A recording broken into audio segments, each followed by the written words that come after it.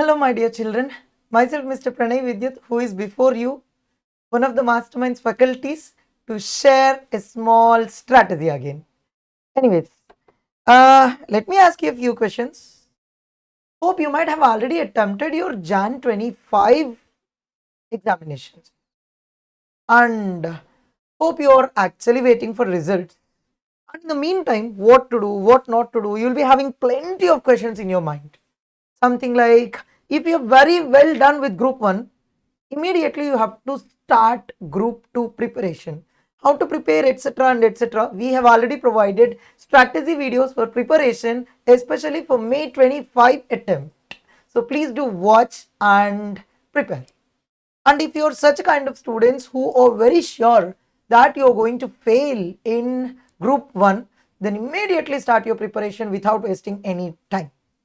And why fear when we are here to give you a strategy on preparation? And my dear children, just if you observe, coming to the advanced accounting syllabus, totally the whole syllabus is divided into 3 parts. Something like, one is rule based accounting standards, and the other is normal chapters, and the other is chapter based accounting standards. Rule based accounting standards or those accounting standards where scenario based questions will be posed. Normal chapters are more like problem solution approach, whereas chapter based accounting standards or those kind of accounting standards where problem solution approach is more important than scenario based. Let me give you some of the examples like case 1, 2, 4, 5, 7, 9. All these are like rule based accounting standards. A simple provision will be there. You have to apply the provision either to answer a scenario based question, which might be a theory or a problem. Whereas coming to chapter based accounting standards, heavy problematic solution part approach will be there. Something like accounting standard number 3, cash flow statements, investment accounts, amalgamation, consolidation, like that. And coming to normal chapters, which are purely like going ahead with just problem solution approach. I mean to tell the chapters like preparation of financial statements, internal reconstruction, dependent branches, independent branches, etc. And you might ask me, sir, around there, or if I was not wrong, around 30 to 32 chapters are there, especially in advanced accounting. So preparing each and every part, each and every aspect is obviously impossible. So what to do? You have to prioritize the whole topics. Of course, you might not be knowing what are the priority wise importance. I mean to tell like which topics must be given first preference, which topics must be given second preference, and which topics preparing least is highly enough. All those things you might not be knowing. And my dear children, that is the reason we are here to help you actually. After doing a small research by analyzing all the past examination question papers, we have come up with a strategy that is all the following 13 topics must be given first priority, where it's highly recommended to prepare almost each and every aspect of these topics.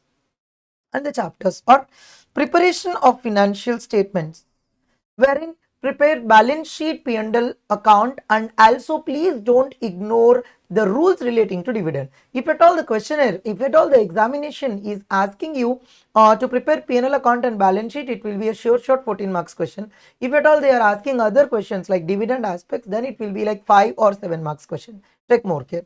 And coming to the next one, internal reconstruction. Especially in the new syllabus, what is he doing? Either you're getting preparation of financial statements or you're getting internal reconstruction. So please don't leave internal reconstruction and even prepare internal reconstruction well. The most happiest part is that these two topics are very easy and hence you can gain happily easy marks. And moving on to the next thing, buyback of securities. The biggest advantage of this chapter, very simple, very small, but sure shot you're going to get around 7 to 10 marks from this chapter, either in MCQs or in your descriptive. So never leave this chapter. And of course, two chapters which are very important. One is amalgamation of companies and the other is consolidation. Pure short, you're getting 14 marks from amalgamation and 14 marks from consolidation, where in consolidation you might get even a merged question from age 21, 23 and 27. So prepare well. And in the meanwhile of preparing, what is the first and foremost concentration you have to give for amalgamation, in the sense you have to concentrate on PC in each and every question, and next please concentrate on amalgamation in the nature of purchase. And coming to the next chapter, that's consolidation. Never leave consolidated P&L account on a note that only one or two problems are there, but it's actually very, very important, because you might get any of the questions from consolidation, like it might be either CBS or it might be either CPL. Also, please don't give least importance for some small topics like uniformity in accounting policies and negative minority interest, because if he wants, he could test even from that areas just for 10 marks. So please be careful. And coming to accounting standards, framework for accounting standards. The biggest advantage is that a sure short 4 to 5 marks question is being posed from framework for accounting standards. So please don't leave this chapter and prepare well. And coming to the next standards, after doing a very small research, we have come up with a plan that accounting standard number 5, accounting standard number 9, 10, 11, 12, 26 and 28.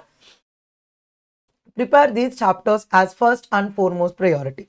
Coming to accounting standard number 5, be careful in identifying what are the ordinary in general items, ordinary and exceptional items and extraordinary items, prior period items, changes in accounting estimates and changes in accounting policies. Coming to accounting standard number 9, give first priority for sale of goods and then for rendering of services. Also give another priority after sale of goods, please concentrate on other income and give the last preference for sale of services, rendering of services. Coming to accounting standard number 10, 10 is such a kind of standard where the standard is very heavy, but all the concepts, topics in that are very simple. Give first priority for depreciation and then recognition and measurement of PPE.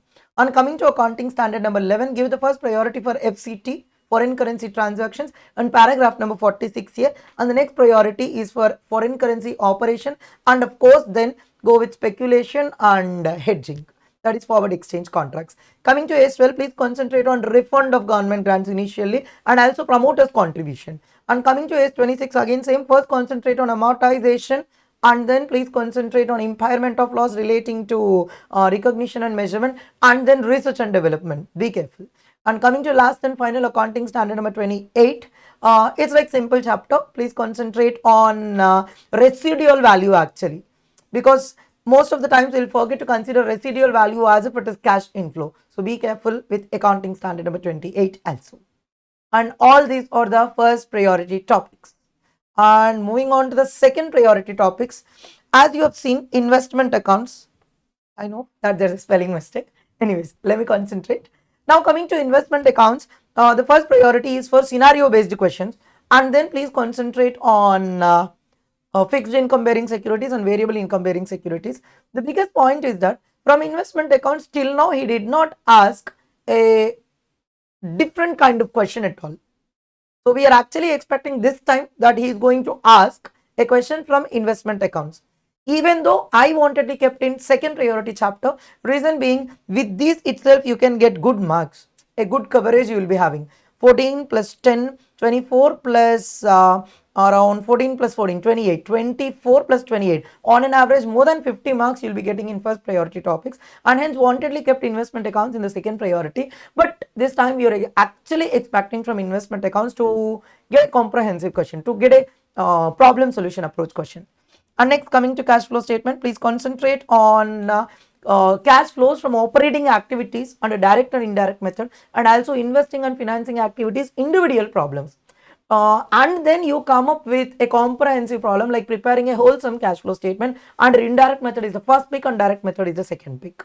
But initially it's highly recommended to prepare the individual rule based accounting standards questions, like preparing only cash flows from operating activities, only cash flows from investing, only cash flows from financing. And moving on to the next thing, dependent branches. Yeah, it's recommended first debtors method and then stock and debtors method and then wholesale price method. And coming to the standards like AS2, 4, 7, 16, 17, 22 and 25. Coming to accounting standard number 2, there is only one rule, everybody knows that, raw material, work in progress and finished goods, but also give a special attention for normal loss and abnormal loss. And coming to accounting standard number 4, adjusting and non-adjusting, please be careful. Coming to AS2 and AS4, please concentrate on the provisions, especially AS4, concentrate on the provisions well and try to apply them very well. Coming to AS7, initially concentrate on all the problematic parts of AS7, like preparing contract account for year 1, year 2, year 3, and also give next preference for preparing contract account with foreseeable loss. Be careful. On AS16, as you all people know, give the first preference for a different concept of AS16. I mean to tell, like average qualifying asset expenditure. I also give the next preference for various assets will be given. You have to identify whether is it qualifying asset or not, and you have to apportion the expenditure. And coming to AS17, please give concentration for tests for reportable segments, and then remaining AS22, as usual, creation of DTA and DTA with series of transactions which will be given in the question. And AS25, prepare all the institute material problems. That's highly enough. And coming to third priority topics, independent branches. Majority of the students will be taking independent branches as choice, but it's my first pick. I already told you in the last videos, and even now I'm telling, even the same is being told in the classroom. Even though you would like to leave independent branches as choice, prepare the easy parts and leave it as choice. I mean to tell, like prepare interbranch transactions, journal entries, reconciliations, and incorporation. If you so feel difficult, you can leave it as choice. And coming to the next one, introduction to accounting standards. So concentrate on the categorization of various entities. That's highly enough. Coming to AS1, be careful. Please prepare each and every question. Especially read the solution in AS1, because you must know how to write it. That's very important. And coming to the next one, accounting standard number 15. Employee benefit expenses, prepare all the institute material problems. That's highly enough. And accounting standard number 18, related party transactions. Just it's normal. And be careful with paragraph number 3. If I was not wrong, who are relatives? Be careful with that. Coming to accounting standard number 19, give first preference for finance lease, like recognition, and then amortization table of lessor and lessee books, and then give the next priority for operating lease. Above these two things, you have to give first preference for sale and lease back if it is an operating lease. And coming to the next one, accounting standard number 20, give first preference for rights issue, bonus issue, and then computing general EPS. I mean to tell, like first adjusted EPS, diluted EPS, and then general EPS. Coming to accounting standard number 24, only one model is there, prepare that. And coming to the final, accounting standard number 29, be careful with the provisions, because you need to create the provision depending on the provisions of accounting standard number 29. Last but not least, my dear children, you have to concentrate on all the provisions to crack MCQs.